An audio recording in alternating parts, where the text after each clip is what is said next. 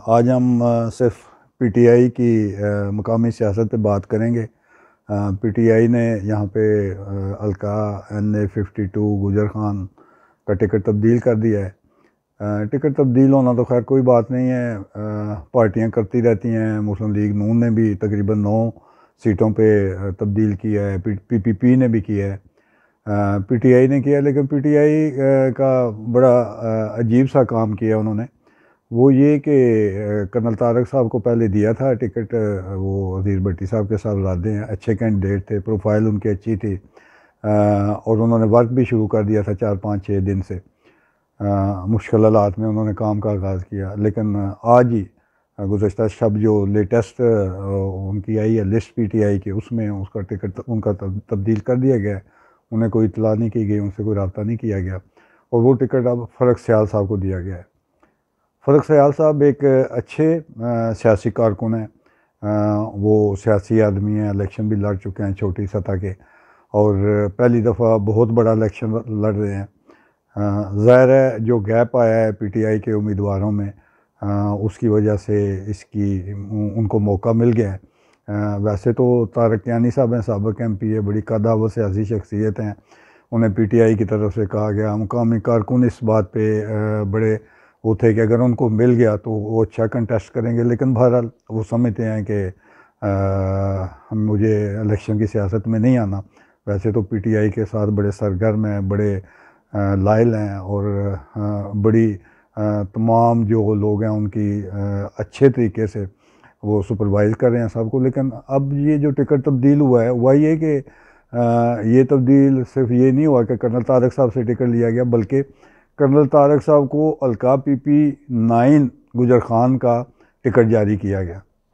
लेकिन क्या कहिए हाई कमान का कि उनकी हिदायत पर ही इन्होंने वो कागजात वापस ले लिए थे अलका PP9 के, और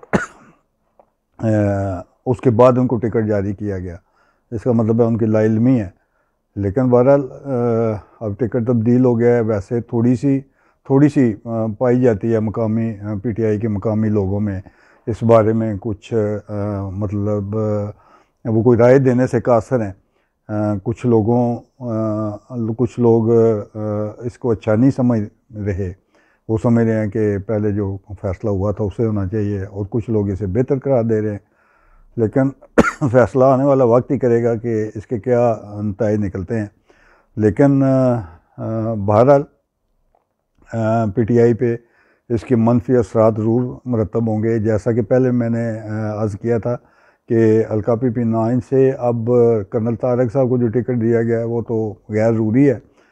वहाँ से कासम रईस साहब हैं, वो उनका तल्लुक़ उन यूनियन काउंसिलों से है जो गुजर खान में शामिल की गई हैं। तो इसका मतलब ये है कि गुजर खान से उनको वोट्स मिलने के इम्कानात कम हैं। बहुत ज़्यादा नज़रियाती वोट होंगे या थोड़ा बहुत असर होगा। लेकिन वहाँ पे बाद हल्के कह रहे हैं जी कि शौकत भट्टी साहब का जो है वो काम ज़रा आसान हो गया है।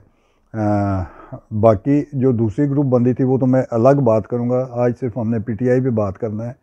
अब जो बात मैंने कर्नल साहब के लिए कही थी कि इसके नतीजे क्या निकलेंगे, अब वही मतलब है। मैंने ये कहा था कि अब देखने वाली बात यह है कि वो अपनी इंतखाबी मुहिम किस तरीके से चलाते हैं। यही बात इनके लिए भी है, फ़रक सयाल साहब के लिए।